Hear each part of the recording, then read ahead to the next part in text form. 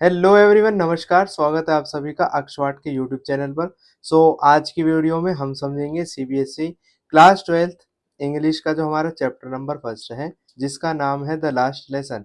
ये वाला जो आपका चैप्टर है, ये फ्लेमिंगो बुक का है। ठीक है। वैसे आपकी क्लास 12th में दो किताबें, एक फ्लेमिंगो और दूसरे विस्तास।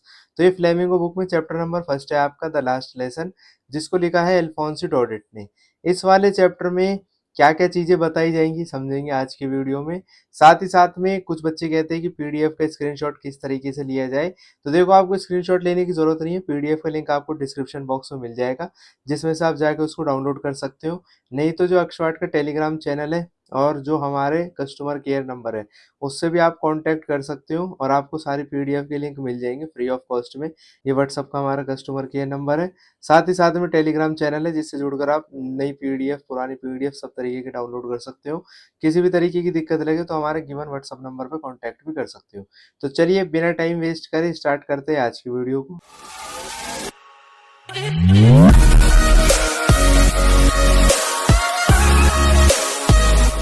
तो देखो, जो हमारे ये चैप्टर है, तो जो इसकी पीडीएफ है ना, इसमें आपको पहले इंग्लिश में समझाया गया है, उसके बाद में नीचे हिंदी में एक्सप्लेन किया गया है।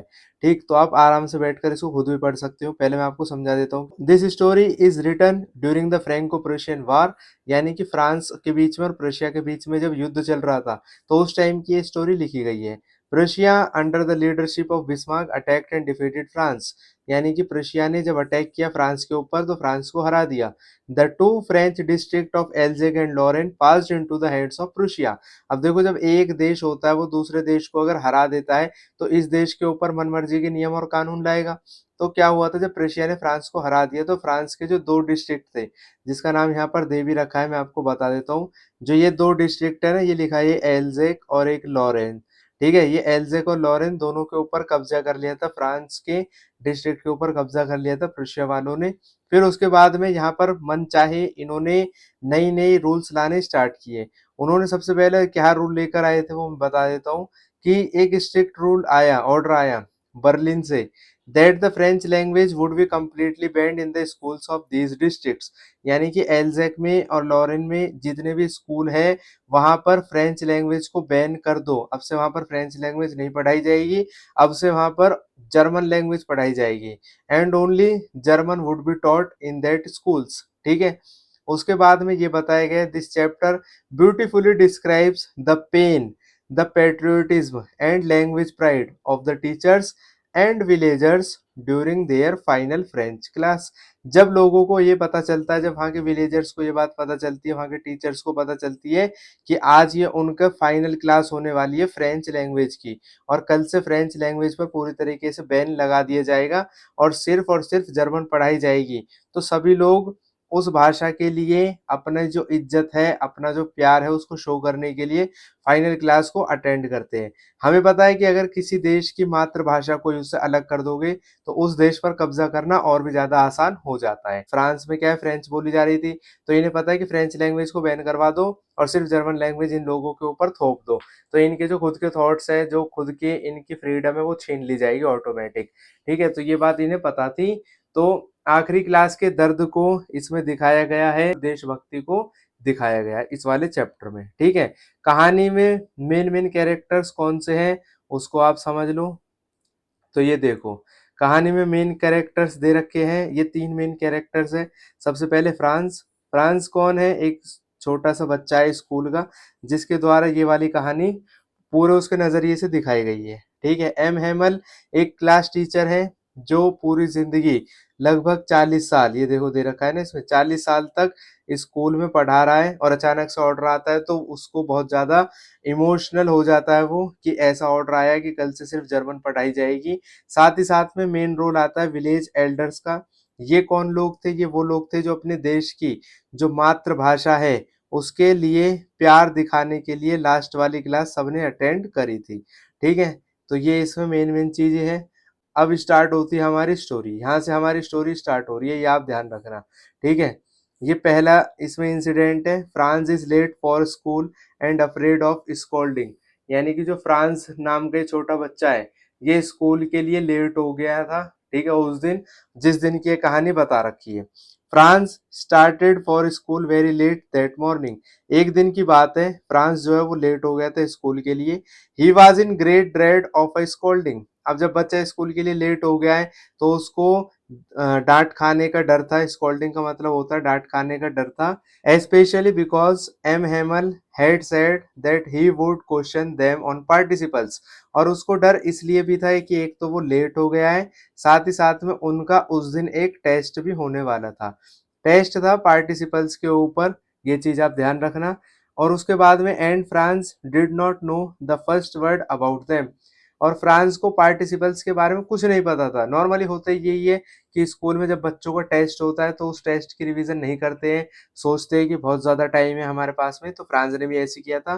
For a moment he thought of running away. उसने पहले सोचा कि वह स्कूल छोड़ के मतलब बंक कर ले, ठीक है, यानी कि आज स्कूल नहीं जाएगा, आज स्कूल के नाम पर बाहर ही घूमता रहेगा। Spending the day out of doors because the weather was very warm. यानी कि जो वहाँ का मौसम था, वेदर था, वो बहुत अच्छा था। और उसके अलावा birds were chirping at the edge of woods. जो चिड़िया थी वो चहचहा रही थी। यहाँ पर वहाँ के एनवायरनमेंट का वर्णन किया गया है, ठीक है, कि क्या क्या चीज हो रही थी। तो फ्रांस उस दिन स्कूल नहीं जाना चाहता था, स्कूल से छुट्टी मारना चाह रहा था, क्योंकि मौसम बहुत अच्छा हो रहा था, चिड़िया चहचहा रही थी। और जो प्रिशियन सोल्जर्स थे were drilling in the open field. और जो प्रिशियन सोल्जर्स थे वो ड्रिलिंग कर रहे थे, ठीक है, यानी कि जो परेड वगैरह करते हैं वो कर रहे थे। However he resisted the temptation and hurried off to the school. लेकिन उसने अपनी मन की बात नहीं सुनी, सीधा वो निकल पड़ा स्कूल के लिए। तो यहाँ पर आपको समझ में आया होगा कि फ्रांस नाम का एक लड़का है, आज वो स्कूल के लिए लेट हो रहा है। और उसके आज स्कूल में एक टेस्ट होने वाला था पार्टिसिपल्स का, जिसके बारे में उसको याद भी नहीं है। तो टीचर से वो डांट ना खा ले इसके लिए वो सोचता है कि छुट्टी कर ले। और आज का मौसम भी बहुत अच्छा है, ये वाली बात इसमें बता रखी है। अब आ जाओ दूसरे इंसिडेंट के ऊपर। दूसरा इंसिडेंट उतना ही इम्पोर्टेंट है, यहीं से कहानी की मेन स्टार्टिंग हो रही है, ये चीज आप ध्यान में रखना। देखो एक बुलेटिन बोर्ड था। बुलेटिन बोर्ड मतलब होता है एक नोटिस बोर्ड, जिसके ऊपर सारी की सारी इंफॉर्मेशन आ रही थी, ठीक है। तो फ्रांस के युद्ध हार जाने की खबर, फ्रांस में क्या क्या चीजें हो रही है, जितनी भी नेगेटिव चीज हो रही थी ना वो इस बुलेटिन बोर्ड पर आ रही थी पिछले कई दिनों से, ठीक है। आज भी जब फ्रांस स्कूल के लिए आ रहा था तो उसने देखा था कि नोटिस बोर्ड पर तो भीड़ हो रही है, यानी कि लोग खड़े हुए नोटिस पढ़ रहे हैं। तो इसने ये सोचा था कि आज भी कुछ ना कुछ बुरी खबर आई होगी। अब देखो क्या हुआ। As Franz passed the town hall, जैसे वो टाउन हॉल से गुजरता है, ठीक है, he saw a large crowd gathered in front of the bulletin board. उसने देखा कि बुलेटिन बोर्ड यानी कि नोटिस बोर्ड पर बहुत सारी एक भीड़ खड़ी हुई है, बहुत सारे लोग खड़े हुए हैं। For the past 2 years all their bad news had come from there. यानी कि पिछले 2 सालों से जितनी भी उनकी बुरी खबरें थी वो उसी बुलेटिन बोर्ड पर लगाई जा रही थी। द लॉस्ट बैटल्स, जैसे अब बुरी खबरें कौन कौन सी लगाई जा रही थी। द लॉस्ट बैटल्स यानी कि युद्ध में हारना, द ड्राफ्ट यानी कि कुछ नए orders, and the orders of the commanding officer, और कुछ एक नए नए नियम जो कमांडिंग ऑफिसर से आ रहे थे। The blacksmith who was there with his apprentice called out to friends, telling him not to go so fast as he would get to school in plenty of time। जैसे ही France वहां से जा रहा था वहां एक लोहार खड़ा था, ठीक है, ब्लैक स्मिथ का मतलब होता है लोहार। वहां एक लोहार खड़ा था। वो क्या कर रहा था, उसने फ्रेंड्स को बोला कि बेटा इतनी जल्दी मत भागो, तुम सही समय पर स्कूल पहुंच जाओगे, ठीक है। उसने बोला कि तुम्हारे पास में अभी प्लेंटी ऑफ टाइम, यानी कि बहुत ज्यादा टाइम है। Franz thought was making fun of him. उसने सोचा कि वो उसका मजाक उड़ा रहा है, वो ब्लैक स्मिथ उसका मजाक उड़ा रहा है। And reached M Hamel's little garden all out of breath. और फिर वो एम हेमल जो उनका टीचर है वो बहुत तेज तेज दौड़ता हुआ उनके गार्डन तक पहुंच गया। यहाँ तक आपको समझ में आ गया। पहला हमारा जो इंसिडेंट था कि फ्रेंड्स जा रहा है स्कूल के लिए, रास्ते में बुलेटिन बोर्ड पर भीड़ लगी हुई है, और जो ब्लैक स्मिथ है यानी कि जो लोहार है वो उससे कह रहा है कि बेटा आराम आराम से स्कूल जाओ, कोई भी दिक्कत वाली बात नहीं है। अब क्या होता है उस चीज को समझो। Unusual silence at school and strange atmosphere. वैसे क्या होता था स्कूल में जब फ्रांस जाता था तो क्या होता था कि बहुत तेज-तेज नॉइज़ आती थी। जैसे बच्चे पढ़ रहे हैं, बच्चे भाग रहे हैं या फिर स्कूल में जो टीचर्स होते थे, वो अपने आयरन स्केल को जैसे मारते नहीं है डेस्क पे तो डेस्क पर टीचर्स आयरन स्केल को पीटते थे यानी कि आयरन स्केल बजाते थे, तो बहुत सारी नॉइज़ आती थी स्कूल से। लेकिन उस दिन ऐसा कुछ नहीं था। उस दिन फ्रांस ने नोटिस किया कि उस दिन का जो माहौल था, वो बहुत ज़्यादा अनयूजुअल था। वहाँ पर एक शांति सी अजीब-सी शांति थी। वहाँ पर बहुत स्ट्रेंज एटमॉस्फेयर था। अब क्यों था वो तो मैंने आपको स्टार्टिंग में समझा दिया है, क्योंकि उस टाइम पे ये ऑर्डर आ गए थे कि फ्रांस के अंदर जो एल्ज़ेग और लॉरेंट 2 डिस्ट्रिक्ट है, वहाँ पर अब से जर्मन पढ़ाई जाएगी। तो इसलिए वहाँ पर इतनी शांति थी कि सब लोगों को गहरा सदमा लगा था। Usually when school began there was a great bustle which could be heard out in the street, यानी कि जब स्कूल स्टार्ट होता था, वहाँ पर बहुत ज़्यादा शोर मचता था, ठीक है? हलचल रहती थी, जिसको बाहर से आसानी से सुना जा सकता था। The opening and closing of desk, अब यहाँ बता रखा है कैसा शोर मचता था। The opening and closing of desk यानी कि डेस्क के खुलने की और बंद होने की आवाज़ें, ठीक? उसके अलावा लेसन्स रिपीटेड इन यूनिसन यानी कि बच्चों का एक साथ बोलना, जैसे बच्चे 2 का टेबल, 3 का टेबल बोलते हैं। And the teacher's great ruler rapping on the table, और टीचर का रूलर से मतलब पीटना, टेबल के ऊपर जैसे बजाते नहीं है ठक ठक ठक, ऐसे करते थे कि चुप हो जाओ बच्चों, तो इस तरीके की आवाज आती थी। बट दैट डे, लेकिन उस दिन एवरीथिंग वाज स्ट्रेंजली स्टिल, बहुत सारी चीजें एकदम शांत थी, क्वाइट थी एकदम, ठीक है? Just like a Sunday morning, ऐसा लग रहा था कि जैसे उस दिन संडे हो, जैसे संडे को शांति होती है ऐसे शांति थी। Through the window France saw his classmates already in their places, और फ्रांस ने, जैसे होता क्या है जब बच्चा स्कूल की अपने क्लासरूम के अंदर जा रहा होता है, तो वहां पर वो देखता है कि उसके फ्रेंड्स जो है वो बैठे हुए हैं, तो फ्रांस ने भी देखा कि उसके जितने भी क्लासमेट है वो बैठे हुए थे। And M Hamel walking up and down with his terrible iron ruler under his arm, और जो एम हेमल है वो अपनी आर्म के नीचे यानी कि हाथ के नीचे आयरन रूलर था। Franz had to open the door and go in before everybody. अब फ्रांस को पहले तो लगा था कि स्कूल में क्लास के अंदर भी बच्चे इधर उधर जा रहे होंगे, तो आराम से भीड़ में घुस जाऊंगा, पर लेकिन उसने खिड़की से झांक कर देखा तो सब लोग अपनी सीट पर पहले से बैठे हुए थे, और फ्रांस को अपने आप ही गेट खोलना पड़ा और सबके सामने से जाना पड़ा, जो कि बहुत ज्यादा शर्म की बात थी, ठीक है? होता नहीं है, बच्चे शर्मा जाते हैं। He blushed and was deeply frightened, वो डरा हुआ भी था, शर्मा भी रहा था। But M Hamel spoke very kindly, लेकिन एम हेमल ने उनसे बिल्कुल प्यार से बात करी थी। And asked him to take his seat quickly, M Hamel ने उससे बोला था कि बेटे तुम आ गए, मैं तो तुम्हारे बिना ही चैप्टर स्टार्ट करने वाला था, ठीक है? ऐसी बात एम हेमल ने उनको बताई थी फ्रांस को। तो फ्रांस को लगा कि ये तो बहुत ज्यादा अनयूजुअल बातें हैं, यानी कि अजनबी से आज कुछ बात लग रही है कि मैं क्लास में लेट भी आया हूँ फिर भी नहीं डांटा जा रहा है मुझे।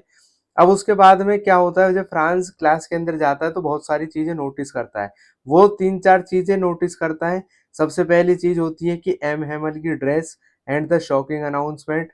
पहले एम हेमल की ड्रेस को देख के शॉक हो जाता है, फिर एक अनाउंसमेंट होती है जिसकी वजह से वो शॉक्ड हो जाता है। फिर पीछे जो थे गांव के कुछ विलेजर्स बैठे हुए थे, जिनको देखकर वो थोड़ा सा शॉक्ड हो जाता है कि ऐसा क्यों हो रहा है कि विलेजर्स बैठे हुए क्लास के अंदर, ठीक है? तो देखो अब क्या होता है, सीन बदल जाता है पूरा का पूरा। Once Franz set down, he noticed that M Hamel was wearing his beautiful green coat. वो जैसे फ्रांस सीट पर बैठता है तो वो नोटिस करता है कि एम हेमल जो है वो अपना ब्यूटीफुल ग्रीन कोट पहने हुए है, his frilled shirt and the little black silk cap. यहाँ पर एम हेमल के कपड़ों का वर्णन किया गया है कि वो ब्यूटीफुल हरे कोट में थे, फ्रिल्ड शर्ट थी और ब्लैक सिल्क कैप थी। ऑल एम्ब्रॉयडर्ड, एम्ब्रॉयडर्ड मतलब होता है बिल्कुल सजी हुई यानी कि कढ़ाई हुई हो रखी है उस पे। He wore these only on inspection and prize days.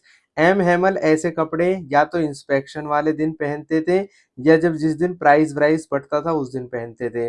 The whole school looked very strange. ये सारी चीज देखकर फ्रांस बहुत ज्यादा शॉक्ड में था कि पूरा स्कूल एकदम स्ट्रेंज लग रहा है, ठीक है? बिल्कुल बदला बदला लग रहा है। But what surprised France the most was to see the back benches which were always empty, occupied by the village people. जो सबसे ज्यादा एक सरप्राइज कर देने वाली चीज थी वो ये थी कि जो बैक बेंचेस थे ना यानी कि पीछे की सीटें थी, वो हमेशा खाली रहती थी, लेकिन आज उन पर विलेजर्स बैठे हुए, विलेज के लोग बैठे हुए हैं। Old Hauser with his three cornered head, यहाँ पर ओल्ड हॉसर का जिक्र किया गया है जो अपनी हेड पहनकर यानी कि टोपी पहनकर बैठा हुआ था। The former mayor, the former post master and several others, यहाँ पर बहुत सारे लोग आए हुए थे क्लास अटेंड करने के लिए। M Hamel then mounted his chair and made a shocking announcement, तभी एम हेमल खड़े होते हैं और एक शॉकिंग अनाउंसमेंट बताते हैं। In a grave and gentle tone, वो बहुत ही गंभीर आवाज में ये बात बोलते हैं। माई चिल्ड्रन, यानी कि मेरे प्यारे बच्चों, this is the last lesson I shall give you, यानी कि आज मैं तुम्हें जो चैप्टर पढ़ाऊंगा वो तुम्हारा लास्ट लेसन होगा। The order has come from Berlin to teach only German in the schools of Alsace and Lorraine, और ऑर्डर आ चुका है बर्लिन से कि अब से सिर्फ जर्मन लैंग्वेज ही पढ़ाई जाएगी एल्जेक और लॉरेन के स्कूल्स में, और जो तुम्हारी फ्रेंच लैंग्वेज है वो नहीं पढ़ाई जाएगी। ऐसी अनाउंसमेंट कर देते हैं M Hamel. The new master comes tomorrow, नए मास्टर तुम्हारे कल से आ जाएंगे। This is your last French lesson, ये तुम्हारा आखिरी फ्रेंच लेसन होने वाला है। ऐसी बातें बोल देते हैं टीचर। तो ये जो फ्रांस राम का लड़का होता है बहुत ज्यादा चौंक जाता है, उसको बहुत ज्यादा दुख भी होता है कि उसने अभी तक नहीं पढ़ा है, उसकी जो मातृभाषा है वो अभी तक उसको नहीं आती है। हर किसी को अपनी लैंग्वेज का प्राइड होती है, हर किसी को अपनी लैंग्वेज अच्छी लगती है। तो फ्रांस को भी अपनी लैंग्वेज बहुत अच्छी लगती थी, हालांकि वो पढ़ता नहीं था, पर फिर भी हर किसी को देशभक्ति की भावना होती है हर किसी के अंदर, और हर किसी को अपनी भाषा अच्छी लगती है। तो फ्रांस को भी अपनी भाषा बहुत अच्छी लगती थी और बहुत ज्यादा दुख हुआ एम हेमल की ये वाली बात सुनकर। यहाँ बताया जाता है कि फ्रांस का रिग्रेट, यानी कि उसको बहुत ज्यादा दुख हुआ था, और चेंज ऑफ एटीट्यूड, अब उसका एटीट्यूड पूरी तरह से बदल चुका है। पहले वो पढ़ाई को टाल रहा था, पहले उसको लगता था पढ़ाई बहुत बेकार चीज है, बोरिंग चीज है, लेकिन अब उसका एटीट्यूड पूरी तरीके से बदल गया है। अब क्या होता है वो समझो। These words were a thunderclap to Franz, M Hamel की ये वाली जो अनाउंसमेंट थी वो फ्रांस के लिए एक बिजली की तरह कड़की। ठीक है, he suddenly realised that this was what the crowd was reading at the bulletin board, अब उसे पता लग गया कि बुलेटिन बोर्ड के ऊपर, यानी कि जो नोटिस बोर्ड है उसके ऊपर इतनी ज्यादा भीड़ क्यों लगी हुई थी, क्योंकि उस नोटिस बोर्ड के ऊपर नोटिस लगा था कि अब से सिर्फ जर्मन लैंग्वेज पढ़ाई जाएगी। He felt deeply sorry for not learning his lessons properly, for wasting time chasing birds eggs and sliding on the सार रिवर, अब ये अपनी पुरानी जो जो इसने गलती करी है उसके लिए दुख मनाता है। ये सोचता है कि इसने अपने लेसन्स को नहीं पढ़ा, और लेसन पढ़ने के अलावा टाइम वेस्ट किया कि बर्ड्स के एग्स को चेज करने में और स्लाइडिंग करने में सार रिवर पर, और ये तरीके की घटनाएं करता था। तो इसको इन सारी चीजों से बहुत ज्यादा दुख लगता है। His books which had seemed such a nuisance and so heavy to carry a moment ago, his grammar and his history of the saints now felt like old friends, अब जब इसको अपनी पुरानी किताबें जो भी थोड़ी देर पहले बहुत ज्यादा बोरिंग लगती थी, जो बहुत ज्यादा बेकार लगती थी, लेकिन अब वो इसको ऐसी लग रही जैसे उसके पुराने दोस्त हो, यानी इसका एटीट्यूड एकदम से चेंज हो गया जब जैसे इसको पता चला कि इनके साथ में अन्याय हुआ है। तो इसने क्या करा, इसका जो एटीट्यूड है पूरी तरीके से बदल गया। पहले इसको अपनी किताबें बहुत ज्यादा बेकार लगती थी, लेकिन अब ये इसको अपने पुराने दोस्तों की तरह लगती है, that he could not give up, जिनको ये नहीं छोड़ सकता। Also forgot all about M Hamel's ruler and how cranky he used to be, और ये एम हेमल के रूलर को यानी कि उनके स्केल को और उनके गुस्से वाले एटीट्यूड को भूल गया।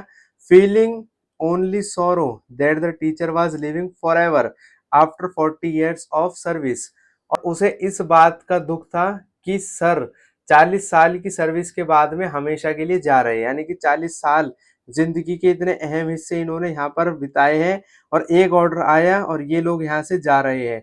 तो ऐसी चीज सोचकर जो फ्रांस है वो बहुत ज्यादा अपने आप को सैड महसूस करता है। उसके बाद में कहानी में बताया गया है कि Franz fails to recite and M Hamel's philosophy, जब एम हेमल फ्रांस से कुछ क्वेश्चन पूछते हैं तो यहाँ पर इस वाली घटना का जिक्र किया गया है।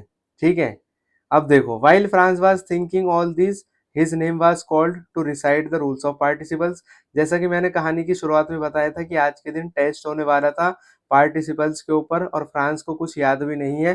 ठीक है, तो जब इसका नाम बुलाया गया टेस्ट के लिए, तो he wanted to give a perfect performance without any mistake, तो फ्रांस चाह तो रहा था कि एक बहुत अच्छी परफॉर्मेंस दे, but he got mixed up on the very first words.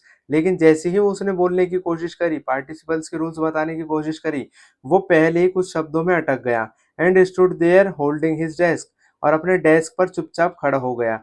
Is heart beating fast, उसका जो दिल था वो धड़क रहा था। इधर उधर की बातें तो वो सोच ही रहा था, फिर उसकी परफॉर्मेंस भी बेकार हो गई। अनेबल टू लुक अप, और वो अपनी गलतियों पर बहुत ज्यादा शर्मिंदा भी था, जिसकी वजह से वो ऊपर नहीं देख पा रहा था। M Hamel did not scold him, M Hamel ने उसे उस दिन नहीं डांटा। Instead he said I won't scold you little friends, और एम हेमल ने उसे डांटने के बजाय ये कहा कि मैं तुम्हें डांटूंगा नहीं little Franz, you must feel bad enough, तुम्हें बुरा लग रहा होगा। See how it is, every day we say to ourselves, bah I have plenty of time, यानी कि देखो हम कहाँ पर आ पहुंचे हैं। डेली हम खुद से कहते थे कि हम हमारे पास में बहुत ज्यादा टाइम है। I will learn it tomorrow, यानी कि मेरे पास बहुत ज्यादा टाइम है, मैं इस होमवर्क को कल कर लूंगा, मैं इस क्लास वर्क को कल कर लूंगा, मैं कल याद कर लूंगा। And now you see where we have come out, और अब तुम देखो कि हम कहाँ पर आकर खड़े हो चुके हैं।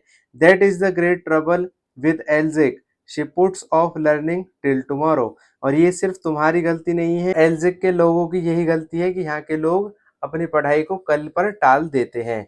तो ऐसी बात बोलते हैं एम हेमल, किससे? फ्रांस से। ठीक है, वो फ्रांस को डांटते नहीं है, वो ये बताते हैं कि हम अपने काम को हमेशा कल पर टाल देते हैं, जिसकी वजह से हमारा काम खराब हो गया है, और आज देखो ऑर्डर भी आ गया है जर्मनी से कि कल से केवल जर्मन पढ़ाई जाएगी। उसके बाद में M Hamel blames everyone and praises French language. उसके बाद में एम हेमल किसी एक की गलती नहीं बताते, वो हर किसी की गलती बताते हैं, और वो अपनी फ्रेंच लैंग्वेज की तारीफ करते हैं।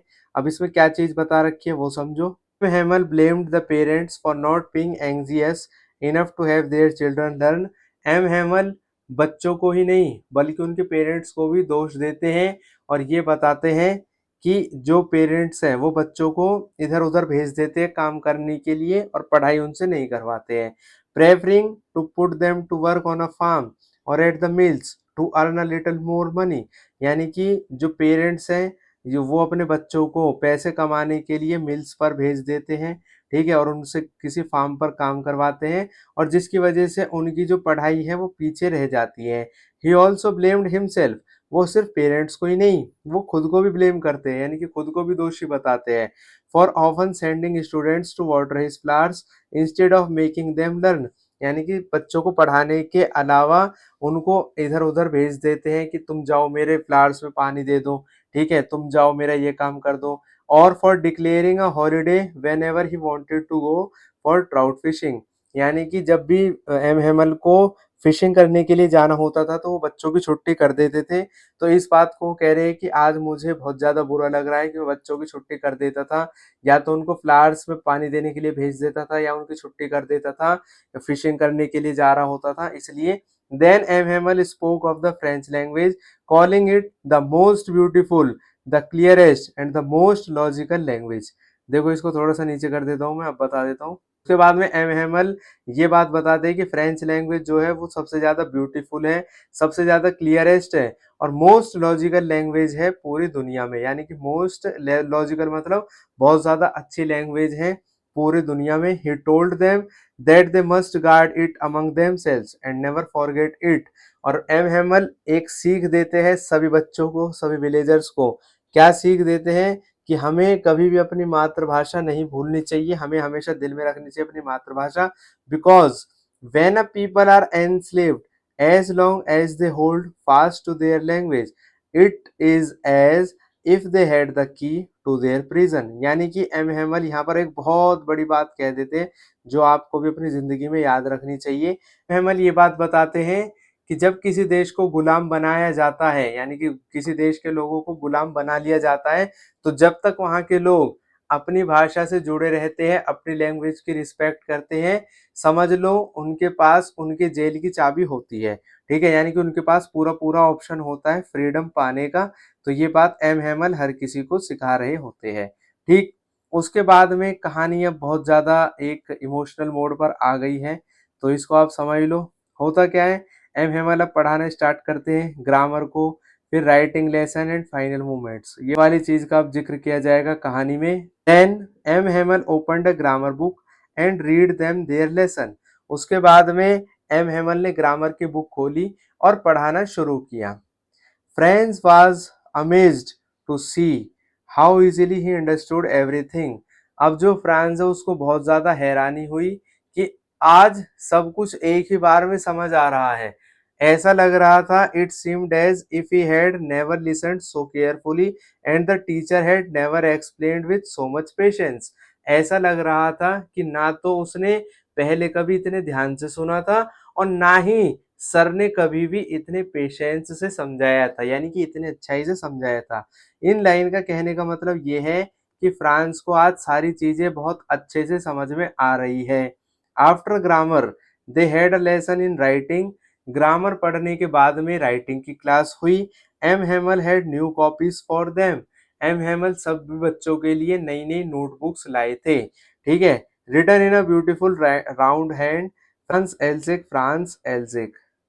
उनमें जो नोटबुक्स एम हेमल लेकर आए थे बच्चों के लिए, उनमें सुंदर सुंदर शब्दों में लिखा हुआ था फ्रांस एल्जेक, यानी कि they looked like little flags floating everywhere in the school room. वो बच्चों की डेस्क पर ऐसे लग रही थी जैसे छोटे छोटे फ्लैग्स हो, ठीक है। Everyone worked in complete silence. सभी बच्चों ने पूरी शांति के साथ में यानी कि पूरे सन्नाटे में काम किया। Even the pigeons cooed very low on the roof। और जो कबूतर थे उनकी भी आवाज आ रही थी, लेकिन बहुत धीमे धीमे आवाज में वो उस दिन बोल रहे थे। यहाँ पर क्लास के बिल्कुल एनवायरनमेंट को दिखाया गया है कि क्लास में उस दिन क्या क्या चीज हुई थी। एम हेमल सभी बच्चों के लिए कॉपी लेकर आए थे जिनके ऊपर फ्रांस एल्जिक लिखा हुआ था, और वो कॉपी बहुत ज्यादा अच्छी लग रही थी। पहले उनकी ग्रामर की क्लास हुई थी, फिर राइटिंग की क्लास हुई थी। फिर उसके बाद में क्या हुआ, जब पीजेंस आराम आराम से बोल रहे थे, ठीक है, making Franz think will they make them sing in German even the pigeons. यानी कि फ्रांस जो है वो अपनी मातृभाषा के लिए यहाँ पर रिस्पेक्ट को दिखा रहा है। वो अपने मन में ये बात बोल रहा है कि चलो हम तो इंसान है, हमें हमारे ऊपर तो तुमने जर्मन लैंग्वेज थोप दी है, तो क्या तुम इन पीजन से यानी कि इन कबूतरों से भी जर्मन लैंग्वेज पर बुलवाओगे, ऐसा बोलोगे कि तुम अब से जर्मन लैंग्वेज ही बोलोगे। Stairs M. Hamill's sister was packing their trunks as they had to leave the country the next day। उसके बाद में यहाँ पर ये बात का जिक्र होता है, ऊपर वाले रूम में एम हेमल की जो सिस्टर है वो कपड़े और बक्से पैक कर रही थी, क्योंकि उन्हें अगले दिन यानी कि नेक्स्ट डे से देश छोड़कर जाना था, ठीक। M Hamel sat motionless in his chair gazing at everything in the room capturing 40 years of memories। ये वाली लाइन पढ़ के आपको बहुत ज्यादा इमोशनल फील होगा, ठीक। खुद ही सोच के देखो कि एक पर्सन जिसने 40 साल तक कहीं पर काम किया है, ठीक है, तो जो उसकी पुरानी यादें हैं, जो उसकी पुरानी मेमोरीज है, सबको याद करेगा वो, और उससे अचानक से बोल दिया जाए कि अब तुम यहाँ से निकल जाओ, तुम्हें अब ये देश छोड़ना पड़ेगा, तो उसको कितना ज्यादा बैड फील होगा। उसके दिमाग में अच्छी बुरी 100 तरीके की बातें आएंगी, उसकी जो पुरानी मेमोरीज है वो याद आएंगी। तो एम हेमल को भी ये सारी चीजें याद आ रही होंगी उस दिन, ठीक है, क्योंकि उन्होंने अपनी जिंदगी के 40 साल यहाँ पर बिताए थे। उसके बाद में एक इंसिडेंट होता है कि द चर्च क्लॉक स्ट्राइक्स 12, यानी कि जो चर्च क्लॉक है अब 12 बज चुके थे। एंड उसके अब लास्ट वाला देखो, यहाँ पर ये वाइवा लिखा है, ये असल में ये लिखा हुआ है वीव, ठीक है, ऐसे वीव ला फ्रांस। वीव ला फ्रांस जिसका मतलब होता है लॉन्ग लिव फ्रांस, फ्रांस हमेशा अमर रहे, ठीक है। अब ये क्या होता है इसको आप समझो। ये इस स्टोरी का बिल्कुल एंडिंग पे आ चुके हैं हम।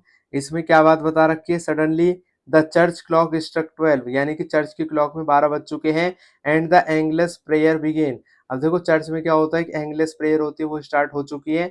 Eight the same moment the trumpets of the Prussian soldiers returning from drill sounded under their Windows.